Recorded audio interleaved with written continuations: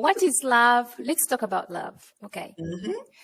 First, before we begin, I would like to say something. We have got a misconception of love from the beginning, maybe how we grow up, the way the society presents love to us.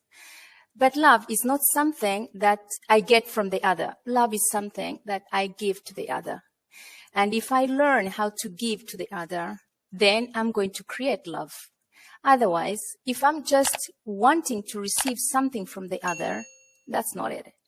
So love is a force of giving which can create something really, really special. Because if I want to give love to somebody else, that means I am creating a force, a beautiful energy that's going to create love in the other person also. Okay? Go ahead, Sheila.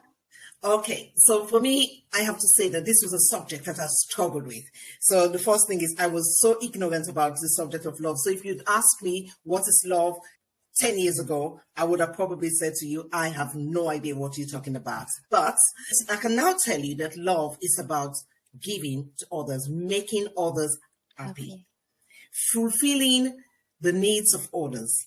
You know, the problem with our society at the moment, we all want others to fulfill our needs. And I sometimes kind of visualize this picture. If everyone wants their needs to be fulfilled, who will be doing the love? Because all we want is to receive. There will be no one to do the love because everyone wants something from someone else. And that could result in chaos. So love is the realization of our true essence, that without the power of giving, without the ability to give to others and to make them fulfill, our life is going to be miserable. Love is the realization that life doesn't matter without love, because without love, there isn't any life.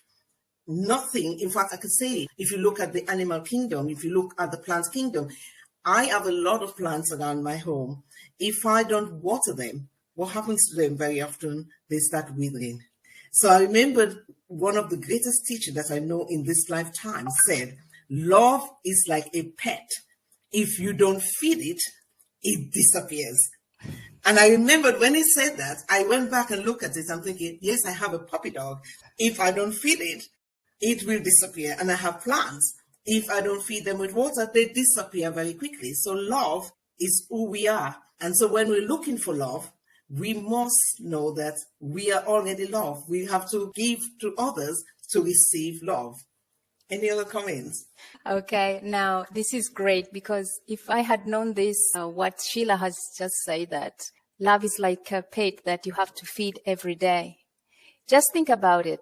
How many times, even in the thing we call romantic love, we are always pretending that the other has to give me flowers, maybe the other has to give me take out to dinner, give me a present, and such and such and such. Or that's, if I had known that, maybe I couldn't have passed through such moments and make mistakes in my life. Because now, with this consciousness and maturity, I have come to know that if I had engaged myself in thinking of how I could make the other person happy as a mission every day in my life, waking up in the morning and say, okay, how am I going to make this person happy? What is he or she needs in this moment? What can I give?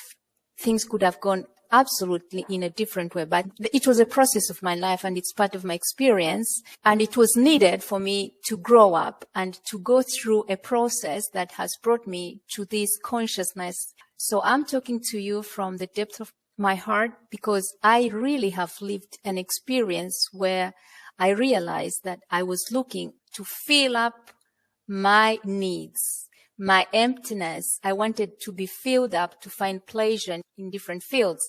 Now the thing is different. Love is pouring out your heart to the others, giving what they need, feeling what they feel really in that moment. This is, it just creates itself. Love creates itself because you pour your heart to them. That's it. Great. So let me just read some of the pointers that we have on the slide here. Love is a force of giving, but equally we must take care of our essential needs. Because I remembered once I told my kids this, I said, that's what it is. And I was like, well, hang on a minute, what about my needs? So I said, okay, fine, we have the physical body, we have to take care of them. So yes, you have to give, but you have to have that balance with you as well. Love is a feeling of belonging and supporting. So again, it's an expression that you care about someone, that you want the best for them. That's love. Love is a positive emotion of kindness to others and considering the needs of others. Love requires us the need to be open-minded and the willingness to connect with others healthily. And again, it means that there has to be a lot of change inside us for us to achieve this. And that is why I think love is such a difficult thing, because it does require us to make a lot of inner change, which very often we're not prepared to do. When you really start learning what love is, you get in some kind of internal engineering, a transformation that comes up, and you see things from a different perspective, from different view. You don't see the negative part of the person, so you give value to who they are, the way they are. You don't judge them, you accept them.